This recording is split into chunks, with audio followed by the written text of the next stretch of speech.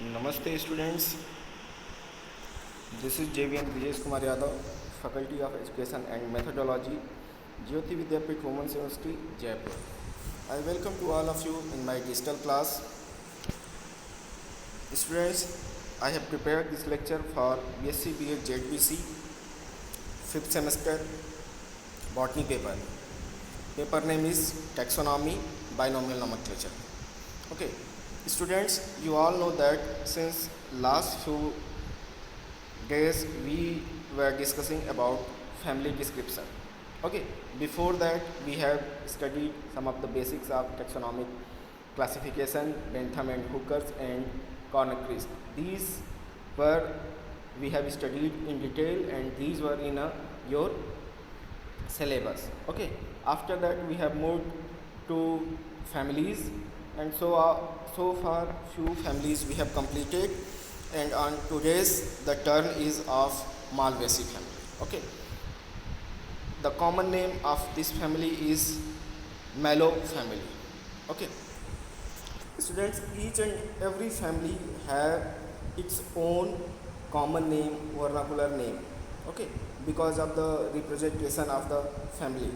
Okay, so similar to that, this family is also known as by Mallow family.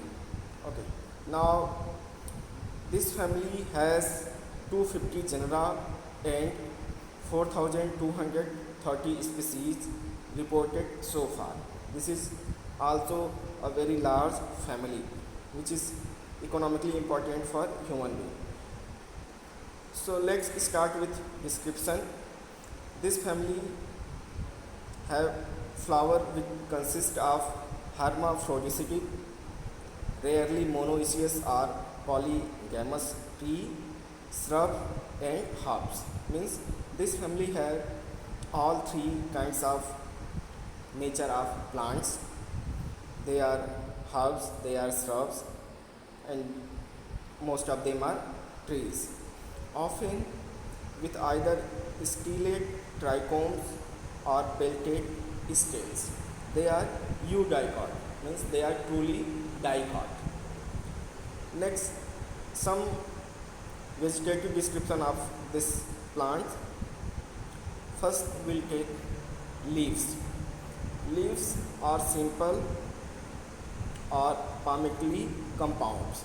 Some of the plants have simple leaf with peduncle, and some of them have palmately compound leaves. I can remind you that you might have observed okra plant. Okra, that is bhindi. People use it as a vegetable. This plant belongs to this family, and this image shows that this leaf is palmately compound, means palm shaped leaves is there. Okay, then sometimes lobed to divided. So we can see here some of the plants have lobed leaves. Example is okra, Abelmoschus esculentus. Okay. Apart from that, another plant is there, that is cotton. Okay. During description of economic importance, we will discuss about it. Next is palmately or pinnately veined, usually spiral and spicculate. Stipules often caducous. Caducus falling early before associated organs are mature. So these are the some features of the leaves of the Malvaceae family plants. Now we'll move to inflorescence. How inflorescence are there, what kind of inflorescence are there. Okay, so in Malvaceae family, most of the inflorescence is solitary type, that is single. Some of them have paired flower, cyme-like complex sometimes. Okay, this diagram image is a complex cyme type. Okay, next flower. The flower, this flower is very common, and I hope you might have seen in your surrounding. This is ornamental flower, rose, China rose. That is gudhal in Hindi we call it. The flower is bisexual, rarely unisexual. Means both the sex organs of flower found in the same flower. Means androecium and gynoecium both will be found in the same flower. That condition is known as bisexual. Unisexual is rarely. Okay. Most of the flower is actinomorphic. Means you can cut the flower from any radius, you will find equal distribution of floral parts. Okay, that is actinomorphic. And other term is zygomorphic, by which is when you cut a flower from a particular radius, then only your flower will be divided into equal parts. Otherwise, it won't.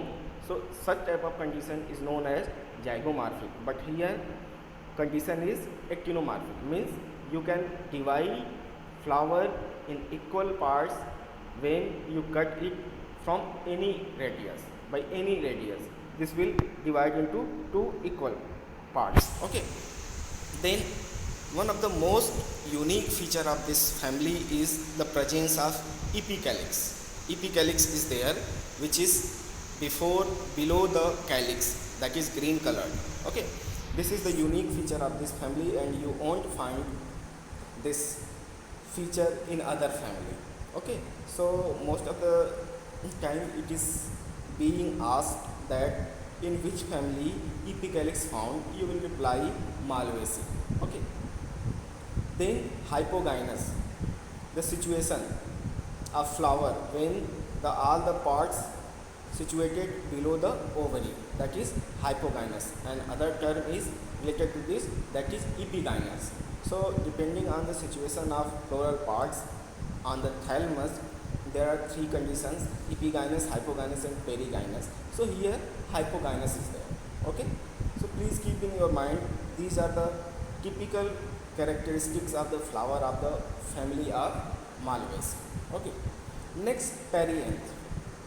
Perianth biseriate, arranged into two rows, petals alternating with sepals. Now calyx. Calyx aposepalous means distinct sepals, means all the sepals will be distinct, they are separated, they are not united. The united condition is known as gamosepalous, but here aposepalous means all the sepals are distinct, they are separated. Basically synsepalous, flowers with fused sepal. Okay. Most of the time they will be 5, but less often 3 or 4.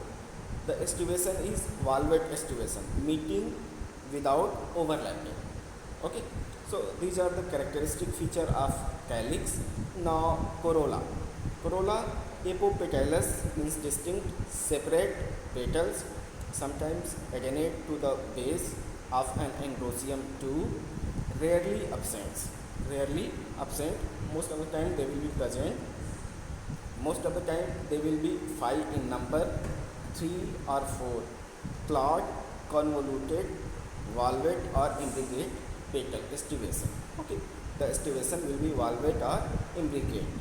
Unique feature is clawed or convoluted. Now stamens. Stamens will be 5 or infinite. Okay. Filamentous, usually connate, either as tube surrounding the ovary or bundles of some stamens, or a tube bearing bundles. Okay. Now anther and pollens. Anther longitudinal or poricidal dehiscence, means how pollen grain liberated. Pollen grain is binullous or smooth, means rough or smooth. Then gynoecium. Pistil is syncarpous, means carpel connate into single unit.